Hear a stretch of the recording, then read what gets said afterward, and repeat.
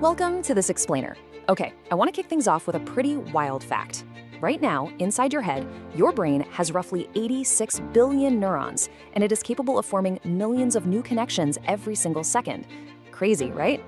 For the longest time, there was this huge misconception that by the time we hit our mid-20s, our brains were just set, like wet clay that had finally dried in the kiln. We thought, well, that's it, you're stuck with what you got.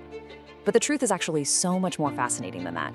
You need to imagine your brain not as some rigid, unyielding machine, but literally as this incredibly shapeable lump of clay. It's constantly changing and physically rewiring itself throughout your entire life. So today, we're unpacking a really powerful module on exactly how this whole process works. We're going to explore the biological journey of your brain, look at some of the extreme challenges it can face, and, most importantly, talk about the absolutely crucial role you have in molding it. Okay, let's dive into this word right here, neurogenesis. It sounds a bit technical, I know, but it is basically the secret code to our cognitive longevity. And this isn't just a metaphor, by the way. Neurogenesis is the literal, physical creation of new neurons and neural pathways inside your head. It's the ultimate proof that our brains are deeply, deeply malleable. When you trigger neurogenesis, you are actually sparking stem cells in areas like your hippocampus, which is basically your brain's memory center, to divide and grow into brand new, functioning brain cells. So that whole idea that our brains stop growing after our 20s, total myth. Instead, they have this amazing ongoing ability to stay active and adapt. But, and this is a big but, it happens through deliberate training. You aren't just passively using your mind, you are literally the biological sculptor of it. So here is our game plan for today. 1. Birth to adulthood. 2. When the brain changes. And 3. Keep your brain active. Let's start right at the foundation with section 1, birth to adulthood. The source material we're looking at tracks how our brain naturally evolves, and it breaks this baseline trajectory into 3 main points. Obviously, it all starts at point 1, birth. This is the very beginning of your brain's development out in the real world. And get this, it starts at only about a quarter of the volume of a full adult brain. Then we hit point 2, childhood. Now this phase is just explosively fast. To put it into perspective, during those first few years of life, a child's brain forms more than 1 million new neural connections, or synapses, every single second. Literally 1 million a second. The clay is so incredibly impressionable here, just soaking up language, motor skills, and social cues at a speed we will frankly never see again. And finally, we arrive at point 3, adulthood, which is considered a matured brain state. But here's the thing, mature definitely does not mean finished. As we step into adulthood, the brain actually goes through this massive refinement process called synaptic pruning. It's basically like trimming a garden. The brain cuts away the neural connections we aren't using so it can strengthen the ones we do use, making everything faster and way more efficient. So your baseline architecture is set, sure, but the physical structure is still totally built to adapt. But what happens when that super efficient baseline suddenly gets disrupted? That brings us to section 2, when the brain changes. We really need to talk about what the source calls special events. These are absolutely not part of the standard healthy aging timeline we just talked about. These are severe disruptions. We're looking at things like strokes, the onset of dementia, and various psychopathology conditions. And let's unpack that last one for a second. Psychopathology conditions mean significant mental health disorders. Think severe depression, chronic anxiety, or deep psychological trauma. All of these events act like unexpected heavy blows to our brain's clay. A stroke, for example, literally cuts off oxygen to a part of the brain, which causes really rapid cell death. Dementia aggressively attacks neurons and their connections, physically shrinking the brain's volume over time. And even severe chronic stress can flood your brain with cortisol, which has been shown to physically shrink the hippocampus and mess with your memory. These are very real, profound physical alterations to the cognitive landscape we rely on every single day. To really grasp this, think about the stark contrast we're dealing with here. Picture a normal, healthy adult brain trajectory like a perfectly paved, multi-lane highway. Traffic is cruising, memories are easy to access, and executive functions like making decisions operate just like clockwork.